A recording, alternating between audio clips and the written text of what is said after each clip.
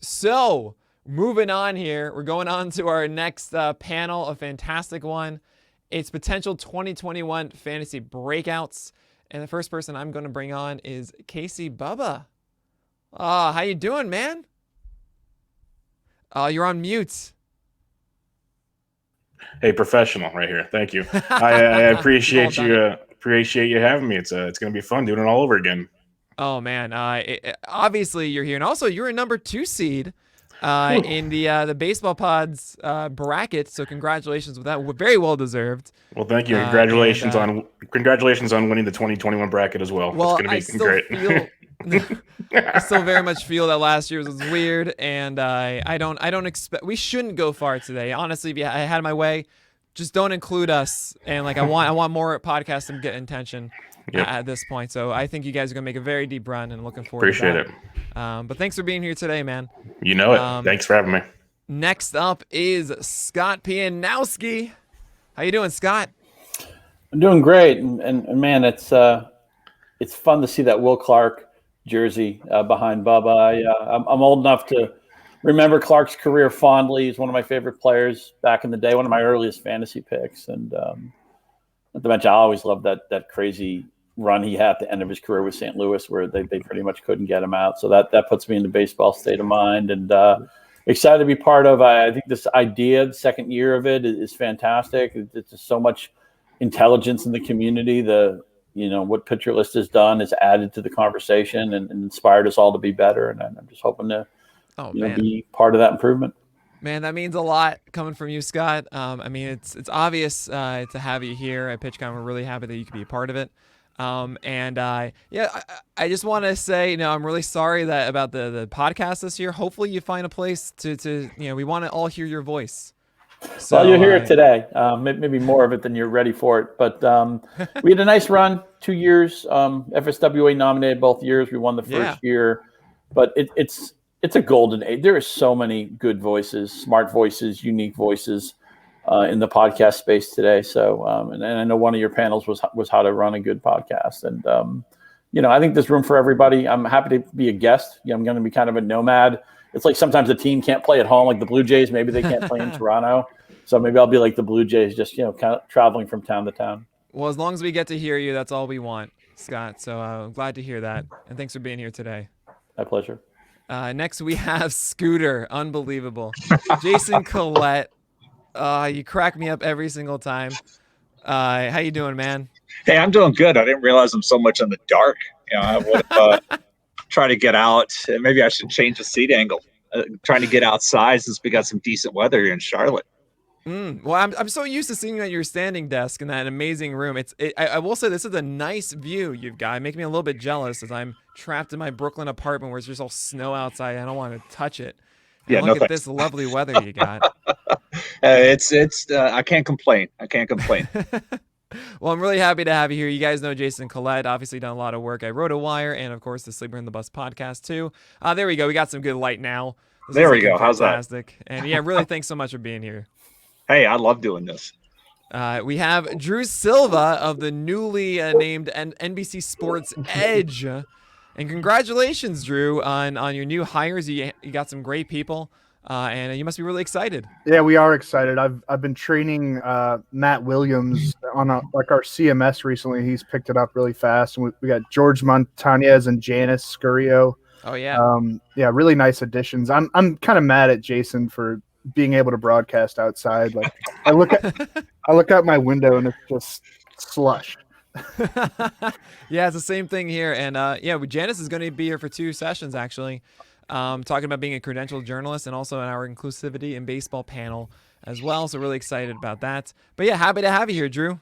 It's always good to do stuff for Pitcher List. Nick's like the nicest guy in the industry, as everyone probably knows. Absolutely not. My name is not Al Melchior. Okay.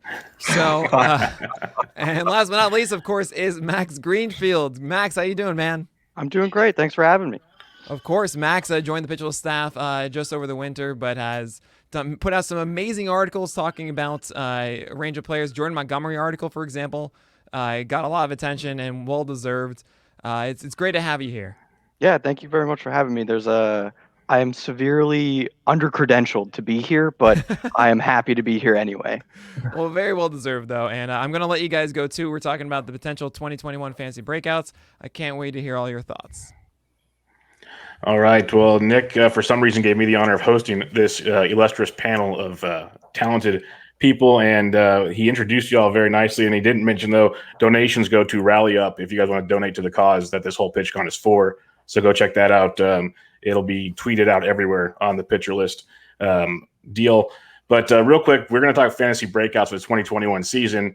And the definition of a breakout is denoting or relating to groups that break away from a conference or other larger gatherings for discussions. So we're looking for, there's like sleepers and there's breakouts. We're talking breakouts.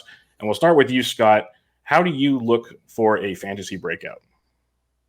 Yeah, I think we're trying to find players who are going to improve, who are going to spike, who are going to raise their level of production to the point that they become fantasy difference makers. And that can be so many different things. It can be playing opportunity. It can be, with pitchers, there's so many things. It can be adding a pitch, scrapping a pitch, new spot on the mound, new voice in his ear with the coaching staff.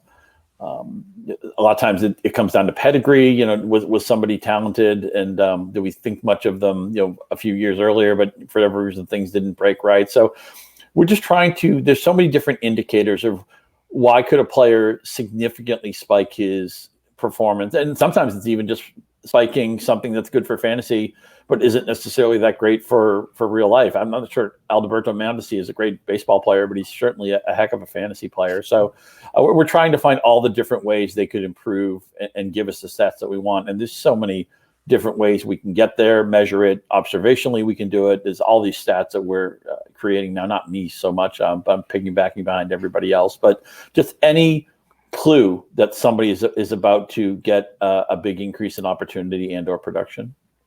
Yeah, no, that makes a ton of sense. And Drew, when you're looking for breakouts, how are you going about checking out fantasy breakouts?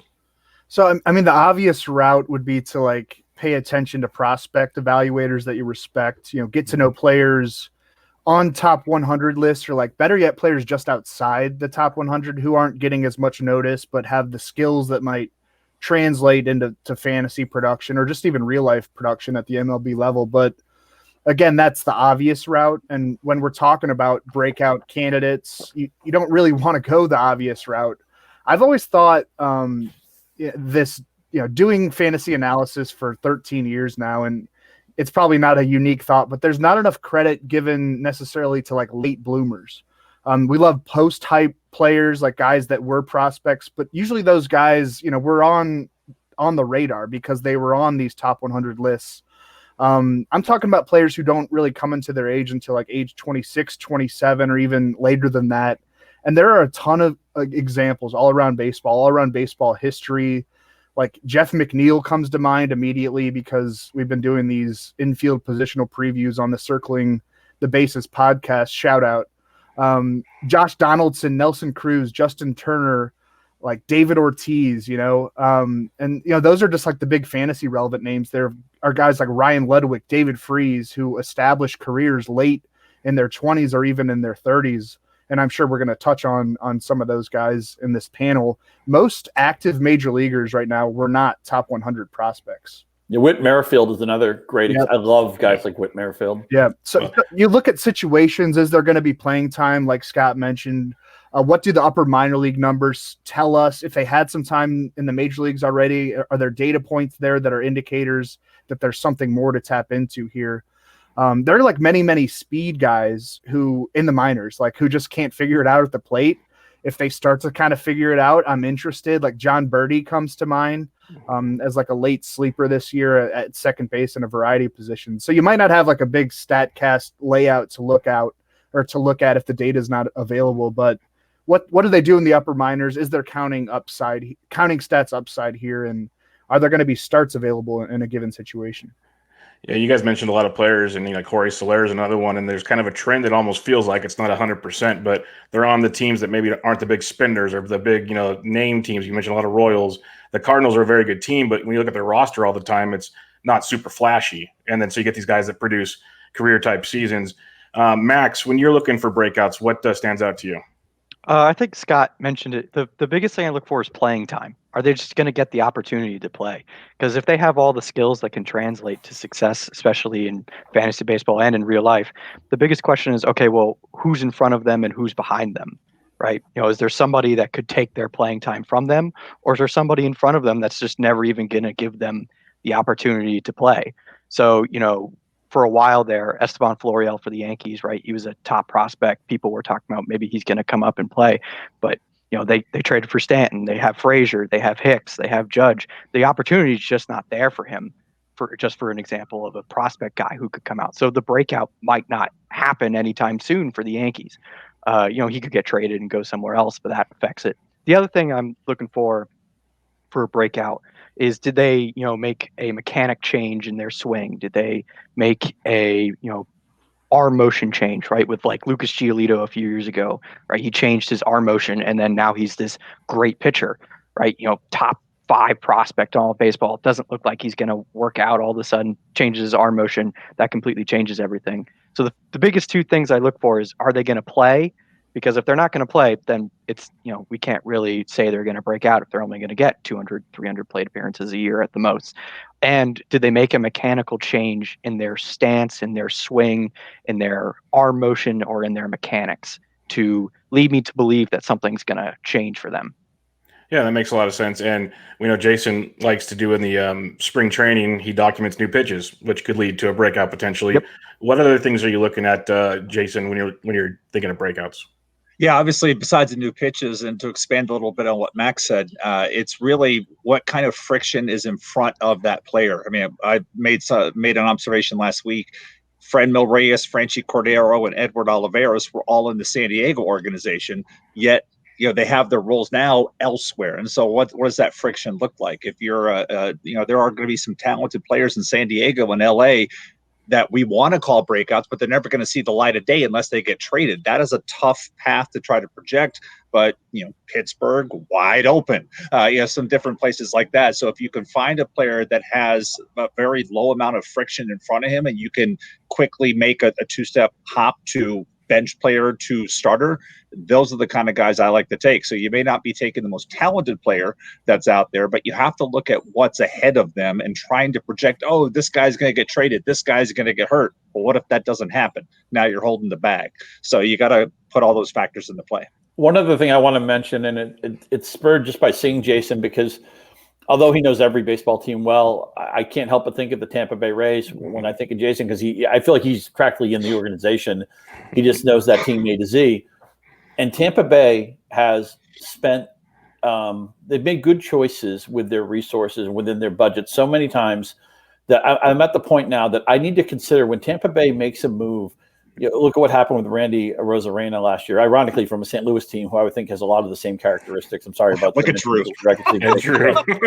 But there are certain teams, for years, Oakland was famous at this. How can we don't have the resources and the money to spend on some of these players we'd like to get, so we have to shop at a different part of the market. And so there's certain teams that have been good enough at identifying undervalued assets that when they make a move, I at least think I have to give that a second look too. Yeah, every year somebody surprises me. They look at what that bullpen was able to do last year. There was a lot of no names in that bullpen. There's even a great article. If you go to draysbay.com today, go look at the article that somebody put together on Chris Mazza. I mean, that's a guy that was just DFA'd, but you read that article, now all of a sudden I'm like, hey, there's something there. Now, when the trade was first made, I was like, but I thought Ian Malinowski did a really good job of writing that up. And so you can see, okay, this is why they made that trade. And I agree. I just wanted to say, every time the Dodgers take a reliever that struggled the year prior, I immediately am thinking, okay, well, now their fantasy value has just gone up dramatically, because for whatever reason, the Dodgers have the secret sauce with relievers who are struggling. They did it with Trinan. Now I'm like looking at Corey Knebel, and I'm thinking, he's gonna go really late, but there's a possibility that he's gonna give you really good production, because the Dodgers do that. That's what they do. So as he just said, when the Dodgers and Rays and really smart teams make moves, it makes me question myself of like, okay, what did I not see? Yeah. No, it's the same thing we said a couple of years ago when the Astros were really cooking. Every time they made a move for a pitcher that you thought was done, you're like, oh no, because here we go again. The Astros doing Astros things. But then we found out there's other stories there. When we look at hitters versus pitchers, there's two different ways to kind of look at a breakout. Max, you just mentioned, maybe Corey Knebel, but then you have Randy Rosarena. When you're going into your season, as you're doing draft prep right now, Max, how do you differentiate how a hitter versus a pitcher breaks out for you? I think the biggest difference between a pitcher and a hitter is with a pitcher, I look much more at the stuff than anything, right? And it doesn't have to be that they have like one great pitch or two great pitches. It's how the arsenal works together. So if we're looking at a guy and they have a really good changeup, or like Touki Toussaint has a really good splitter, it's a good pitch. I really like that pitch, but the rest of his pitches, they're not that great. So what I'm going to look for in a breakout is, if I'm reading about how he altered his slider ever so slightly or his curveball ever so slightly, I can't remember which one he throws. But if he made changes to that, I'm thinking, okay, now how does that affect the rest of his arsenal? And how does that affect how he's going to try and make the rest of his pitches move and how they play together? So I'm thinking of like, how does he change his pitches to affect his whole arsenal to affect how he's going to pitch in 2021. With hitters, it's a little bit simpler of like, okay, did they change their stance? Are they hitting the ball harder? Did they hit the ball harder at the end of the year last year? Like, I'm looking for more specific data points, whereas with pitchers, it's sort of like I'm looking for something smaller, more particular, more specific to see how it affects everything else. Whereas like, all right, with a hitter, they hit the ball harder. I don't think anyone's going to doubt that that's a good thing, right? Like, we just want guys who hit the ball harder because they're more likely to lead to hits. Whereas with, pitching, okay, they're throwing harder. Good. But is their command there? Are their pitches moving less? Are they sacrificing something, right? So with hitters, it's a little bit easier to see that, like, just, okay, they hit the ball harder, they walk more, that's leading to more success. Whereas with pitchers, it's like, okay, he changed his slider grip, but now it seems to affect his changeup. Why? Let's break that down. It's a little bit more, one thing affects the other more in pitching than it does in hitting, in my opinion. Makes sense. Jason, when it comes to hitters and pitchers, how do you differentiate breakouts going into the season? I don't know if everybody else feels this way, but for me, it's easier on the pitching side just because of the data points that we have. Hitting is so hard because, we don't get that side view to see what a hitter's timing looks like. So we have to do what we can with hitters. And so for me, I want to see hitters that are going up to the plate with a plan of attack. What are they doing when they're up 2-0 in the count? Are they zoning in on a pitch? Are they showing bad plate discipline? I mean, we can't judge a guy in a 2-strike count because they're just trying to spoil off pitches and protect the strike zone. But what are they doing in those non-2-strike counts? And for pitchers, I want to see what they can do with their non-fastballs in hitters counts. Are they, will they throw that 3-1 changeup, that 3-1 curveball to try to get back ahead? And when they can steal strikes early in the count with their non-fastball, or they're not afraid to go to their non-fastball in hitters counts, that's when I get intrigued. But if they're falling behind 2-0 and they got to throw a fastball again, I don't care how good your fastball is. Major league hitters are going to make you pay for it. So that's what I like to look for in watching breakouts. But I definitely start with video and then go to the numbers to validate what I saw watching the game. Hey, Drew, like, they've kind of hit on different ways to separate hitters and pitchers, and obviously let us know how you do it. But are there any specific websites or stats that you go to that stand out more than another when you're trying to break it out?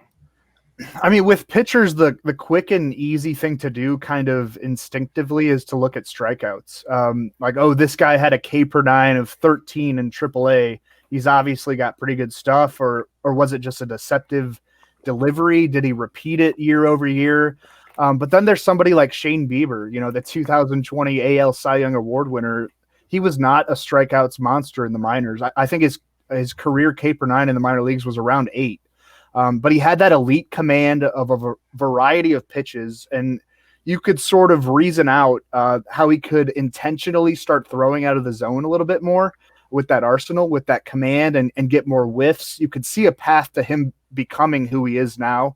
I sort of look at Sixto Sanchez in that same light, like elite command, not a ton of strikeouts, but he's got that arsenal that he could get there if he wanted to. So you want to kind of track the evolution. I think with hitters, plate skills is a good thing to look at. Like I think of Alec Boehm, Nick Madrigal, players who have not put up eye-popping power numbers, but they get on base, they make good contact. Could they eventually evolve into someone who can cover actual scoring, fantasy scoring categories? On the flip side with hitters, though, there's high strikeout hitters who are still plenty productive. Usually those types will show it in the minor leagues. You'll find a couple big power years down in the minors and hope that the plate discipline improves. I think of like Austin Riley.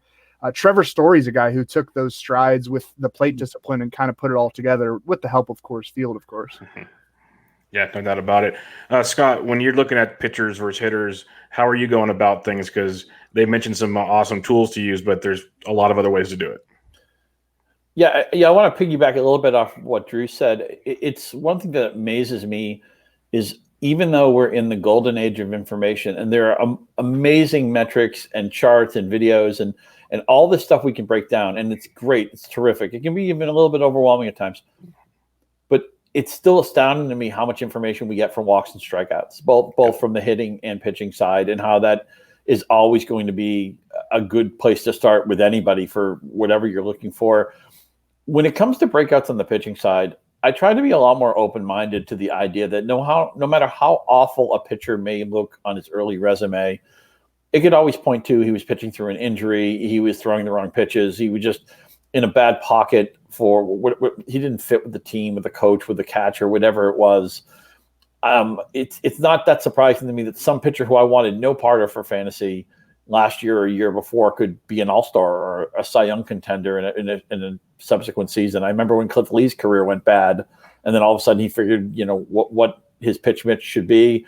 And he was like pretty much a star pitcher for like 7, 8, 10 years. Shane Bieber, what did we think about him 2 or 3 years ago? I don't think anybody thought he would ascend to being a Cy Young Award winner. Trevor Bauer certainly had plenty of stops and starts in his career. And now he puts up the year he did last year, or the 2 months he did last year. And he's somebody who could even go in the first round of a fantasy draft. So I think you have to be open because there's so many moving parts to pitchers, and because there's so many physical reasons why they can get better or they can get worse. And a lot of times they'll be pitching through injury. One of the guessing games, I don't enjoy doing this, but I feel like during every season when a pitcher isn't pitching well, you're always wondering, is his elbow hurting him? Is his shoulder hurting him? But can we find some piece of data that may suggest that? So I want to be open-minded just because, look, it wasn't that long ago. Lucas Giolito couldn't throw strikes and couldn't get anybody out. Look how bad Tyler Glasnow looked in the early stages of his career. And it's just kind of funny how the Chris Archer trade has come full circle. Chris Archer is now back on Tampa Bay. So the Rays are just dunking on the Pirates one last time. But just because somebody was terrible as a pitcher a year ago, 2 years ago, couldn't find their way, it doesn't mean that they couldn't be good or maybe very good when they finally figure out whatever works for them physically or whatever works for them from a tactical standpoint. Scott, would you say you're more inclined to take a chance on a breakout for a pitcher or a hitter come draft day? It really depends. I think I'm probably more question. confident on my hitting breakouts because usually it can be tied to something simpler that just seems a lot more plausible. With pitcher, I just feel like with pitchers is always more of a leap of faith. But the thing is with pitchers, when you hit on a pitcher breakout, I feel like you get more mileage from it. Mm-hmm. So it's something that depends. They're always going to be different animals. Yeah, Drew, when you're I want to just hit this note before we go any farther because there's sleepers and there's breakouts. How do you differentiate the two of those?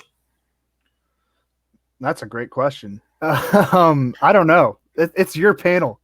Well, for me, I think sleeper is like a later ADP, or a breakout can be an earlier guy, like Randy Arozarena can have a breakout season. But I just kind of wanted to bring that up before we get into players here in a little bit, so that people listening. Jason, do you have something to say on that? Yeah, I was going to say, for me, a breakout is somebody who's already demonstrated something at a level, then takes it to another level. Whereas a sleeper, we haven't seen it from them before, so they have to do it. That's how I've always differentiated between those two terms, because they're often conflated, but they're not. And to be fair, somebody will do an article or some sort of content in the fantasy space for sleepers or breakouts, and there's always going to be somebody who will be pedantic and be like, "Oh, that guy's not a sleeper," or that guy's already broken out. Right. And I think the importance is not to get too tied up in what different sleeper. I think sleeper has a different Even sleeper pieces often say this at the top, that they have, it's a nebulous term that has a different definition for a lot of different people. But at the end of the day, what we're trying to do is identify somebody who's going to be a lot more in value on the field than what you acquired them for. So that's the whole idea here. And then, one person's sleeper might be a breakout pick, might be a value pick, might be a player to target. I don't think we should get tripped up in the definitions. The point is, if we hit on the guys we mentioned in this panel, it's going to give you a much better chance to be successful in your fantasy season. No doubt about it. Max, question for you. It's been talked about a lot, shorter 2020 season. You mentioned information you're trying to use. How much do you use that compared to like a 2019 looking forward to this next year? That's tough. I think first of all, it's 60 games. It's a really small sample, right? So it makes it all the more difficult. The other thing that's even more tough is they only played one region. Right, so we're talking about Shane Bieber. He only faced the Central region. Well, I think they had 2 teams that had a weighted runs created plus above 100 in the entire region. I mean, we're talking about he's going to go high in the draft. He's a high pick, high ADP. For me, there's some skepticism and stuff like that, right? He didn't, he had one start against the Yankees and he got shelled.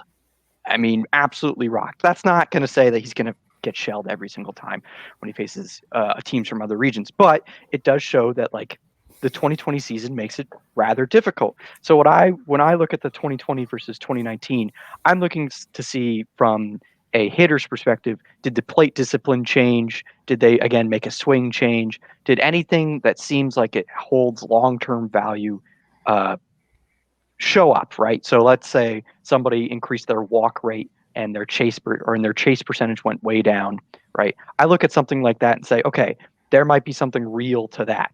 But let's just say their BABIP was unusually high, then it's just, I don't know if I lean more towards 2019 in that case. It's a lot of just like case by case basis. It depends on the player, but I would say you should wait 2019 roughly the same as you're waiting 2020. If you're trying to figure out how good a player is going to be in 2021, just because, again, a small sample, they only played one region, so they didn't see, a ton of guys from that could have been, tearing it up in another region, as we just said with Shane Bieber, right? You only faced the Central region, Trevor Bauer, the same thing. That gives me a lot of skepticism with those guys. But now they're going to face the entire league. How does that change? How does that affect, these players, right? I'm in the previous section, they were talking about how Tanner Houck faces the Orioles a couple times to start the year. That's going to change some stuff when he all of a sudden has to go on the West Coast and face the A's or the Angels, right? He didn't see them at all in 2020. So he has no idea what he's getting into over there. And that makes it more difficult. I don't know what the answer is in terms of which one I should wait more. I think it just depends on the player. You kind of got to go with what you think is real and say, all right, I'm going to wait that from 2020, and what you think is not real and say, I'm not going to scrap that. That's tough. That's a good question, but I don't know what the answer is. I would say generally I'd weight it evenly. One of the trickiest things this year, it's going to be one of the first questions we're all asked on any appearance is we just played a really short season. How do we 60 games? How do we apply that, right? Let's take advantage of one sample thing that actually is thick, though, is they played a really long playoffs. True. And when you're in the playoffs, you're up against other good teams. And that's one of the reasons why, like Randy Arozarena, one of the reasons why I think you can feel pretty good drafting him is he just had a monstrous playoffs, and it was against all these different all these different teams and pitchers of high quality. And so while we can't maybe feel that great about a 60-game sample, I think it's time for us to start, now that the playoffs are deeper than ever. Look, that toothpaste not going back in the tube. The major league owners want that playoff cash. Yeah. So I think we maybe need to, it's a little bit off the topic of what we're talking about today, but this specific panel, but I think we maybe need to apply. We're always breaking down the stats of what happened in the regular season. When somebody has a deep playoff run and it's really successful, in the case of like a Arozarena, I think that deserves maybe more weight going forward than we might have put in previous seasons. Corey Seager too, who has like a crazy. crazy. You could look at his StatCast player card. It's like 99 percentile everything. There's a lot of red. I would struggle to maybe believe in that fully if he didn't just do the same thing in October. He's got a 3-month sample compared to a lot of breakout guys, or however you want to qualify it, that had a 2-month sample. NLCS MVP, World Series MVP. He was great in the NLDS against the Padres. I think that power's for real. Probably I makes you agree. feel I better would about take it. drafting.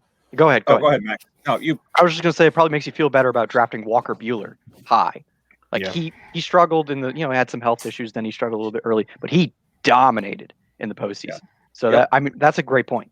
And I wanted the final thing, because Todd Zola brought this up on Twitter the other day, but these teams that went deep into the postseason, those pitchers also got more innings pitched. And I know we're all paranoid about, oh my God, how many innings got pitched? I think, you mentioned Walker Buehler. Tyler Glasnow is a good example. 57.1 regular season innings, 28.2 postseason. So that 57 becomes 85. So maybe you feel a little better about him pitching more this year as that ace. I call the Rays there. It's a college staff. They've got their Friday night starter, and then everybody else has got to put together the weekend. And Glasnow's the Friday night starter, but the fact he didn't throw just 57, he threw 85 innings last year. And so, normally when we look at guys who have gone deep into the postseason to win the World Series, like Justin Verlander, back in the day, it's like, they have soaked up a ton of innings. This year, it's not as much of a penalty. It's actually a benefit. And so I'd be curious to see how that all plays out, because we honestly have no idea what these clubs are going to do, if they're going to let these guys let them eat like they normally do and say, okay, go ahead and go 6 innings 34 times a year, coming off a year where they were doing it 10 to 12 times a year.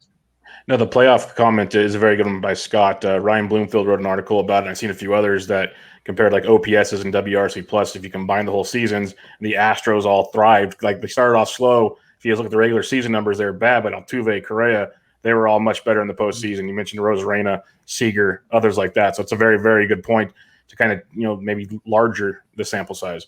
Last question before we get into players here.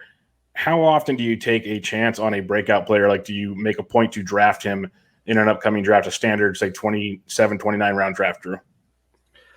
I feel like the simple answer would be all the time. Most players going within the top 100, even the top 200 in a fantasy draft are going there because they've already done something or hinted at something. So in a way, you're kind of paying for past production, but we as fantasy analysts also build an upside too. What's the ceiling here? Also, what's the floor? So, every year, every draft, every round, I'm looking for breakout players, especially ones that come at a value. Like this player hasn't popped yet, but I think he can pop. He's going on my sleepers list. Then again, you can fall in love too with perceived upside. There's nothing wrong with stacking established veterans. Nobody's had buyer's remorse on Nelson Cruz over the last few years, as he pushes into his 40s.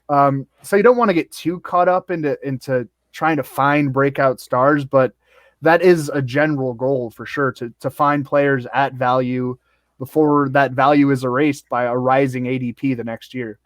What about you, Scott? Because they say sometimes, go get your guys. Are you inclined to jump some ADP for guys, or do you kind of go Nelly Cruz route and play it safe? First of all, I wish I could have told you I had bought Nelson Cruz for all of the last decade, because has anybody ever lost mind? He's basically been the right-handed David Ortiz, or 95% of that, and probably going to be in the Hall of Fame, deservedly so. And all the people every year thinking, okay, he's not going to do it again. I mean, he did it in different. Go to Seattle, it's gonna blunt him. No, it didn't. I think I would think that probably most of the people watching and playing fantasy, and just the people I encounter, seem to be mixed league players. There's certainly AL and only players are still out there, but I think the majority of people are in mixed leagues where it's incumbent in the second half of your draft, or maybe even the middle of your draft, and you could even say in the first third of your draft, I would try to be upside driven and be worried more about what can go right and not what can go wrong, because the replacement value on the wire will probably be very high. And you may be in a league where the level of engagement may not be consistent the full season. People who aren't in contention the second half of the year may not be fabbing or actively setting their lineups as much as they should, as other distractions kick in. So the idea is, you don't want, we joke like in fantasy football, don't pick a fullback, don't pick somebody who's just going to catch 45 passes for 600 yards. Pick somebody who has a story that could excite you, that you think has a level or two to climb. I think you have to be driven that way for a decent part of your draft, and wherever that area is, it's a nebulous line to jump over. It's gotten earlier and earlier in every one of my drafts as I've gotten later in my fantasy career. Yeah, you said football. I just started to jump in, but like football, you're talking about game script a lot. There is kind of game script in baseball too, as far as like playing time and situations. And so it's smart to look into that. All right, hey, this guy might actually bat leadoff. David Fletcher, as an example. Like, I think he's way better real life player than he is a fantasy player. But if he's hitting leadoff for the Angels, I'm in with like a middle infield spot. But there's guys like that you can find as breakout sleeper type. Yeah, I love that. Was it Josh Norris who said, sometimes fantasy football comes down to who are the good offenses? Where are the points going to be? Let's go take some of their players. Sure. Fantasy baseball is the same way. What offenses do I want to invest in, and how can I get the guys hitting 1 through 5 on that offense? And look, a lot of those guys are just going to be early picks anyway because everybody wants them. But I love that case with Fletcher. If I can get confirmation that he's at the top of that lineup, in front of Trout, in front of Rendon, and I know there's another Angel that somebody's going to talk about later who may fit into that scheme of things. It's sometimes it's as simple as identify where the good offenses are, and let's get a piece of that anywhere we can. Yep. What about you, Jason? Shoot, remind me the question now. When you're in a draft, how are you approaching? Do you take a lot of breakouts? Yeah, I have my answer. Honestly, I think of it as a piece of roster construction. It's like, when you look at how you're putting your roster together, if you take a roster, everybody will say, I'm looking for the most upside with every round. But if you keep chasing guys that you think are going to break out and then none of them do, then you've got a terrible team. But it really depends how you're able to put your rest of your roster together for me. So I want to be able to build up a solid foundation to allow me to do that type of thing. Like everybody was talking about Nelson Cruz, the year of his breakout.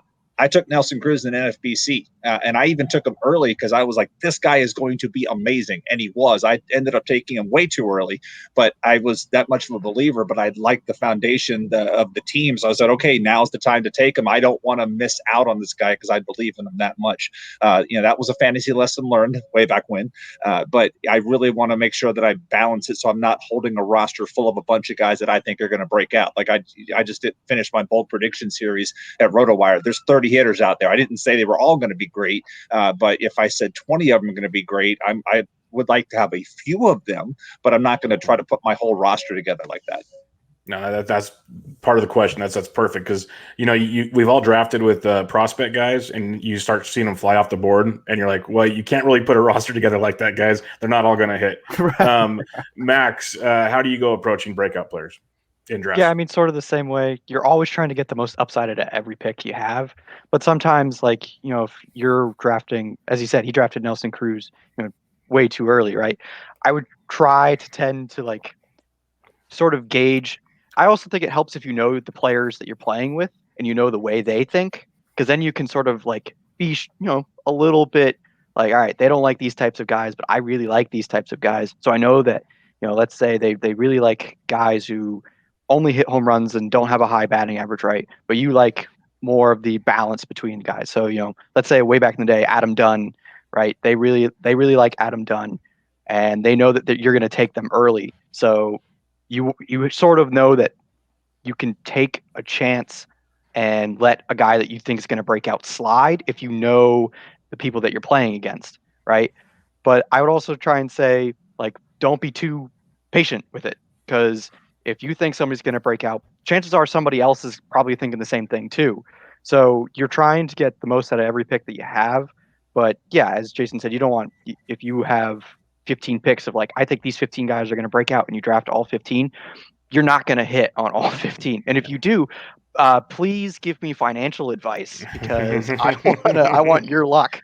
But I think it's if you're feeling really confident about Randy Arozarena, right? You're he's going to have a great year, and you want to take him earlier than you probably should, I think that's fine. If you're really that confident in it.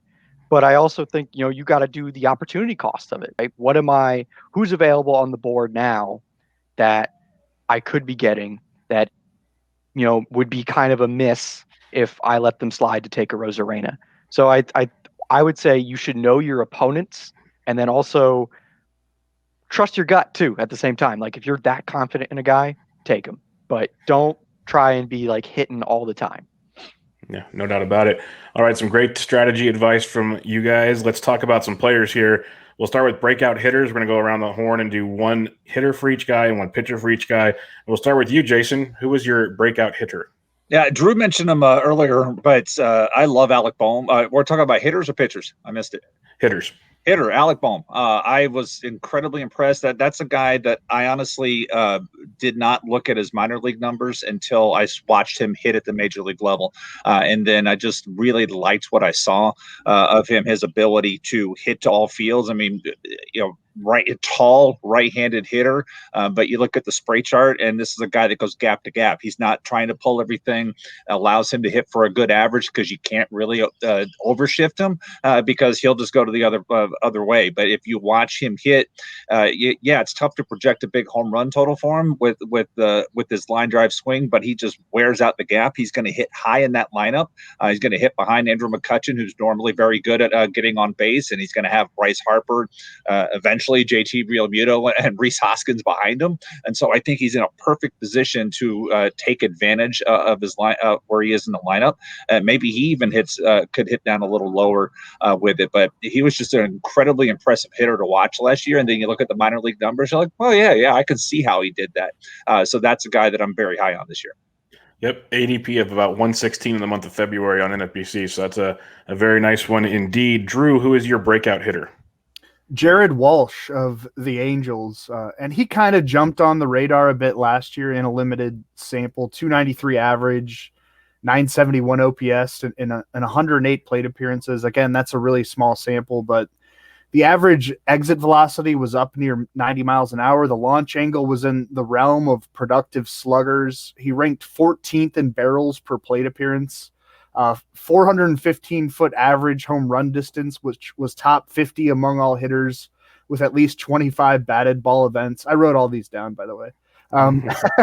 Which that's something to think about, the home run distance, as Major League Baseball de-juices the ball, whatever that means. I guess we'll find out. He's 27 years old, going on 28, and has only played in 63 Major League games. So this is one of those late bloomers I was talking about. But you look at the minor league numbers, at AAA in 2019, a 325 average, 1109 OPS, 36 home runs in 98 games. He's a left-handed hitter, but actually had a better OPS against lefties than he did against righties at the AAA level. So I don't think he's going to be platooned. I think he's going to emerge as the Angels' everyday first baseman at some point, or something close to every day. I think Albert Pujols will mix in at DH with Shohei Ohtani, and we'll kind of see about Ohtani's health. Walsh can play a little corner outfield if necessary too. So the playing time, the minor league numbers, the data from the short year, I think it's all there. He's going 228th overall right now on Yahoo. So if he's not good, like, who cares? Yeah. And he's not been a great on base guy in the majors up to this point, but he was in the minors. So I don't know, could he bat second sometimes in front of Mike Trout and Anthony Rendon? I think it's within the range of possibilities. I'd take him batting fifth too, kind of depending on Ohtani's health. Yeah, he's got that wide range of outcomes because, you hit him early in the order. His contact skills doesn't strike out. That was beautiful. He's got the power to hit fifth. There's a lot of things that Joe Madden can do in Anaheim. So I'll have a lot of fun with that. Max, you have one that's near and dear to my heart. So who's your sleeper hitter? Yes, he's near and dear to mine because his family, I knew his host family here. His brother and I played baseball together when we were young, and that's Mauricio Dubon, I believe is how you say his last name. That was pretty good. I like Mauricio in terms of fantasy value. He might not be necessarily like this actually like great hitter in terms of real life value, but I like him for fantasy. He's fast. And I think he can steal some bases if the Giants let him have the opportunity. He's right now he's slated to be their center fielder, which is fine. I mean, he came up as an infielder, but he's got the speed to play center field, has decent arm strength because he played shortstop. But he's got decent bat to ball ability, but he made a swing change in the middle of last year, or some point in the middle of last year, who knows? I don't even know what day it is. But he made a swing change. He tried to get the ball up in the air a little bit more. His ground ball rate fell a ton. His line drive rate went up. I love that. In his last 100 plate appearances, his expected WOBA was on the rise. I like that too. And his plate discipline was getting better. His chase rate fell. His walk rate went up. His strikeouts did go up, though. but I think it was because he was being a little bit more selective, which means he wanted to make the trade-off of if I, pick my pitch a little bit better, I'm okay with striking out a little bit more, but I'm okay with that. I think that's a good overall approach as a hitter to have is I'm okay with a little bit increase in strikeouts. It only went up by 2%. It's not really that worrying. But better quality contact over his last 100 plate appearances. He's going to play. He's going to be their center fielder. He's fast. I like the ability to possibly steal some bases too. But yeah, I think Dubon, he might be more of a sleeper pick, but I think he showed last year that there's something there at the plate. He definitely did. The swing change was big, and he's multi-position eligible, which goes a long ways in some of our leagues. So that'll be important. And I Scott, just wanted to say real quick, is he appears to be fully recovered because he had that pretty nasty knee injury. 18 when he got taken out of the base, so he had that pretty nasty knee injury in AAA, but he seems to be fully recovered from that. And that's a good example about a guy that was roadblocked at the time. That would have been Gene Segura that was blocking him in Milwaukee, and now he has his opportunity to shine, and now he's in a new organization. Yep. Scott, you have a fun one here because he's one of those names that you either love him or you hate him. So what do you got for us? Yeah, I'm going to give you another multiple position guy too. But before I do, the Giants are really fun. I'm glad Dubon came up. I love the Walsh pick from Drew, and pretty much anything Jason Collette says these days, I just assume is true because he's been right way too many times. But the Giants they have a bunch of Whit Merrifield all-stars. Yastrzemski was a late bloomer. Tommy La Stella was a late bloomer. And I mentioned La Stella because he ties in a little bit of a sense with my pick, Craig Biggio. And some people might say, is he a breakout? Is he a sleeper? Is he just a value pick? I just think he has a good chance to be a lot more productive than he's been so far in his major league career because I see that walk strikeout rate, and it's really hard to hit for a low average when you control the walk strikeouts as well as he does. I think he's maybe a little bit too passive with strikes, and maybe he needs to get a little bit more aggressive when he's controlling the count and gets his pitch and looks to drive it. But left-handed hitter, hasn't had trouble with lefties, and he's a perfect 20 for 20 in stolen bases, which I think represents that there's latent upside with steals. That we know we're at a time in baseball where teams generally don't like to run. There are some teams that literally have the red light up and say don't run at all. It's not a high percentage play. I think Toronto's a team still willing to steal bases. So I feel very confident that we're looking at with Biggio multiple double-digit home runs, probably 20 plus. He's going to steal some bases, and with a perfect percentage, I think maybe he could get a little bit more aggressive. And he has a profile. I know he doesn't have the greatest StatCast data. His batted ball data wasn't great last year, but I still think with the way he controls at bats, with the walks and strikeouts, he could hit a lot higher than the 230 to 250 he's seen so far. I actually consider 250 about his floor this year. And I love multiple position players are always generally kind of fun, but I think into this season, a lot of us playing NFBC formats with those twice a week transactions with the offensive players. Who knows if COVID's going to mess up the schedule a little bit, like it has. Hockey, they're canceling games left and right, and look, we all want everybody to be healthy first. I understand why they're doing that. I'm going to want to have rosters where not only can I move a lot of my offensive players around, but when you have these multiple position guys, you can almost have like a positionless offense where you just put in the best guy available or the most attractive matchup or somebody confirmed already to start by the time the deadline hits. And when you have guys like Biggio on your team that cover those multiple positions, it's going to give you so much more flexibility on an NFBC Friday. So he checks a lot of boxes for me, for somebody. I'm not saying he's inexpensive. I just took him in labor, maybe a top 60 pick. So, he's somebody that everybody knows about, but I think he has a chance to climb a level in fantasy value this year. I have a question. What do you think of his power capability? Well, he's playing in minor league stadiums, Yeah. And he's going to play in Dunedin. And I mean, the one thing that shows up, that ball's really going to fly there, whether they're, the one thing that doesn't show up in StatCast for him, top 25 pitches per plate appearances in each of the past two seasons. And that lineup projected right now is all righty at the top. To me, I take Bo Bichette, drop him. I put Kevin Biggio in that third spot. And then you've got Springer, you've got Simeon, you've got Biggio, all big OBP skills in front of the big thumpers in that lineup. I think eventually they'll make that change. But if, he goes from 6 to 3 in a lineup, that top 60 pick is going to look excellent for you, Scott. What a fun team that looks like, too. I just can't wait to watch. I hope wherever they play, they can televise the games. It's so strange last year that they were the Buffalo Blue Jays. But Charlie Montoyo said yesterday, or maybe it was Wednesday, that George Springer isn't necessarily going to bat leadoff. Yeah, so that gets him hitting third. Biggio could bat leadoff a lot, which I like Biggio in the leadoff spot. Me too, If he yeah. hits leadoff, his value skyrockets. He's got to Also, hit in the top three. In the real life, he definitely has the skill to hit leadoff. He's such a patient hitter. Oh, yeah. Like, if I were the Blue Jays, I would hit him leadoff with either Springer behind him or Simeon behind him. And that's the great thing about, as you said. You think, okay, 5x5, it's batting average, it's not OBP. What do I care about OBP? But if you have a good OBP, you're more likely to have good batting slot real estate. You get extra at bats, and then you have the buoyancy of you get on base, you get knocked in. You're around the quality players in your offense. So even if you're in a league that doesn't consider OBP, I think it's a good proxy for a value that isn't necessarily directly, you can see it tangibly, but it actually contributes to the player having a hidden value. And thus he becomes a breakout. Let's talk about breakout pitchers. Drew, who is your breakout pitcher? So if you're tuning into PitchCon, you know who Jesus Luzardo is, obviously. He's been on top 100 prospect lists, ranked in the top 10 in some spots going into 2019.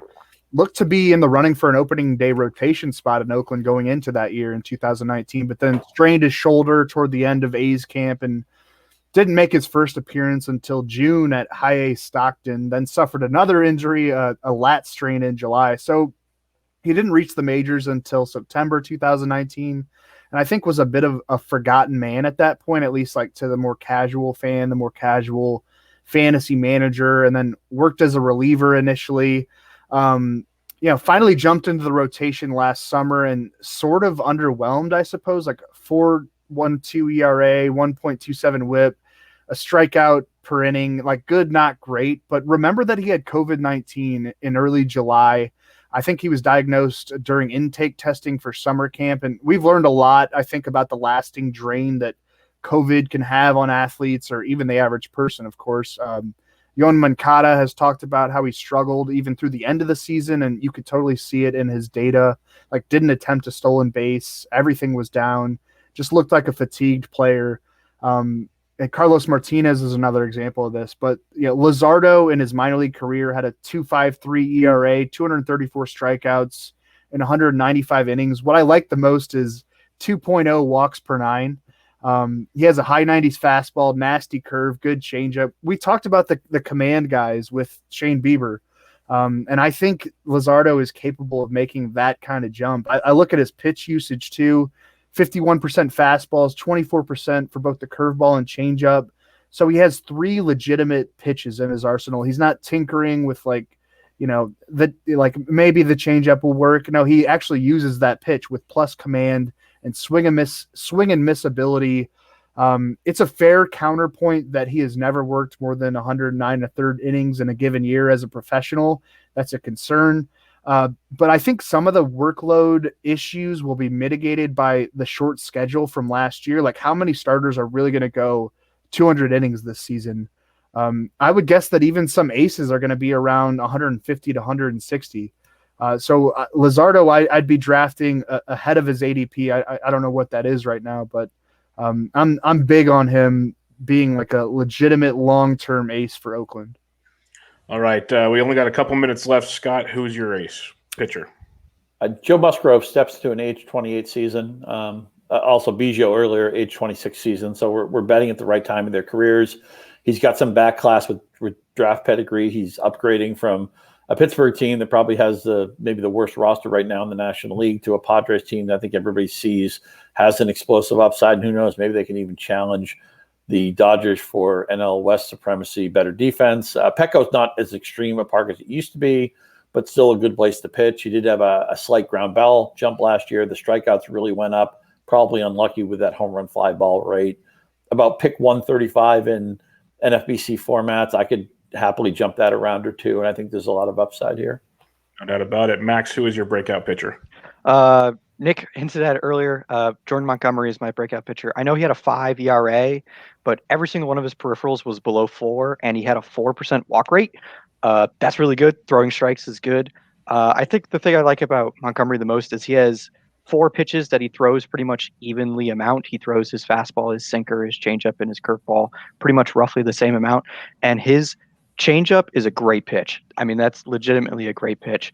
And I also think, in the postseason, he got 1 4-inning start, and he was, dominate in those 4 innings. He's shown that he can step up. And the other thing, as I said, he's going to get the chance. Every other pitcher in that rotation has a lot of question marks. Montgomery is probably the second pitcher the most about in that rotation. So he's going to get the chance to pitch. He pitched 155 innings back in 2017. He's probably going to get the chance to try and pitch that amount again. I think he can give you a 3.5, between 3.5 and 4 ERA, and give you around a strikeout an inning. I think Montgomery's going to do some really big things in 2021.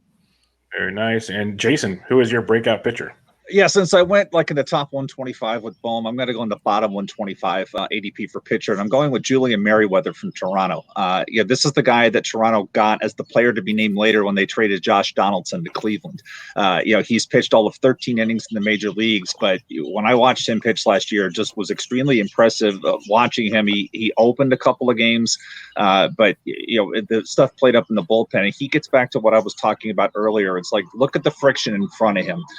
When you got a rotation that's backed by Tanner Roark and Steven Matz, you have opportunity in front of you. Toronto says they view Merriweather as a starter, so we'll see what happens. But if he doesn't start, he's still a guy that came up in the minor leagues as a starter, albeit one that was hurt quite a bit. And he's also 29, so he's not a young kid. So they can let him eat now if they want. And so if he doesn't become a starter, if they view him as a starter, that means they also view him as a multi-inning reliever, and he can be that Yarbrough type where he's picking up those wins in middle relief and getting the strikeouts with the stuff that he has. But just one of the more impressive guys I saw pitch last year, even though it was like Haley's Comet. We saw him and he was gone because the season was over. But I really liked what I saw of him, and I'm excited about what he can do, whatever role comes his way in Toronto. But he has opportunity there to do something. Awesome. Well, gentlemen, this was a fun panel. Before Nick rejoins us and then kicks us out, let's go around real quick, let everybody know where they can find your work and on Twitter, all that good stuff, starting with Scott. You sure? Scott_Pianowski, and of course on Yahoo Sports. Jason? There's my Twitter handle right there. And then the Collette Calls column at RotoWire comes out usually in the middle of the week, once a week. So please come and read it. Drew Silva, follow me on Twitter. NBC Sports Edge, rebranded from Roto World, RIP. Circling the Bases podcast, we're doing our positional preview episodes right now. We go in depth on every player, so check that out. Max? Make sure I'm not muted. My @ is @GreenfieldMax18. I'm a writer here at Pitcher List. I pretty much have an article come out every Friday. Awesome. I'm on Twitter @BDentric, the Bench with Bubba podcast, and rotoballer.com. We have like 1 minute. Does anyone have any final thoughts for the upcoming season? Breakouts, the floor is anybody's. Go for it. I think Andrew Vaughn is interesting. I think there are. There's rumors he's starting the season with him. Is he going to sign one of those Robert Eloy Jimenez pre-debut extensions and be their first baseman? And they put Jose Abreu at DH. They've said Eloy is going to be their left fielder. I don't know, man. Yep, that could be a lot of fun. I have such a high bar for the first baseman prospects. So that's the problem. It's like, can they get to 25, 30 homers? I'm always pessimistic about those corner prospects. All right. I think the principals here, everybody. Look, and no. This was a fantastic panel. Really, thank you guys so much. I want to say I love the Jose Urquidy shout out, and obviously Jordan Montgomery one. Merriweather, have given him no mind. I know, neither did I. I like that. So I'm intrigued. The only problem with that is like the Blue Jays have so many options. They've like thrown in like Chatwood and Stripling don't have a rotation spot at the moment. But that's the thing this year. I mean, when I look at how baseball is going to play out this year, it's like, and like Tampa Bay has said, I want multi-inning pitchers, and you see the Angels throwing quantity and Toronto throwing quantity. Look at the Padres. Everybody going 6-man rotation and picking up arms wherever they can. It's going to be who has the skills to differentiate themselves over a 2 to 3 inning stint. When somebody was like, 200 pitch. I'm very low on this many pitchers may have 160 innings this year. I am very pessimistic on workload, but I can see a big spot in the middle where there's a lot of guys throwing 60 to 120 innings. Very interesting. And the Blue Jays, I mean, I feel like they always have like 10 guys that just randomly get starts there. And it's just, they have such a big mix. Like, I still kind of want the discount hotel, who I call Double T or Trent Thornton. And like to get his opportunities, but we'll see what happens there. I mean, Anthony Kay is also there, and then there's is Gaviglio still there? Am I thinking of a different team now? I mean, there's just so many guys in the Jays. Yeah. But Merriweather, maybe he's the one that breaks free. I mean, I still have a soft spot for Reed Foley, but he's gone now. Nate Pearson. The Mets. Nate Pearson, right. The Blue That's Jays have crazy. like 8 guys who could go 3 innings at a time, Yeah. and then they're pretty much just like, all right, Ryu, you're going to start, and then everybody else, you're going to go 2-3 innings, and then we're going to give it to our bullpen. And I think that's actually the way to build a rotation this year. Well, I got to kick you all out. Thank you guys so much for being a part of it. You're at 6:01. I don't want to be rude to our next panel. So, y'all were fantastic, really. Casey, Scott, Max, Drew, Scooter. You guys were awesome. Thank you so much for being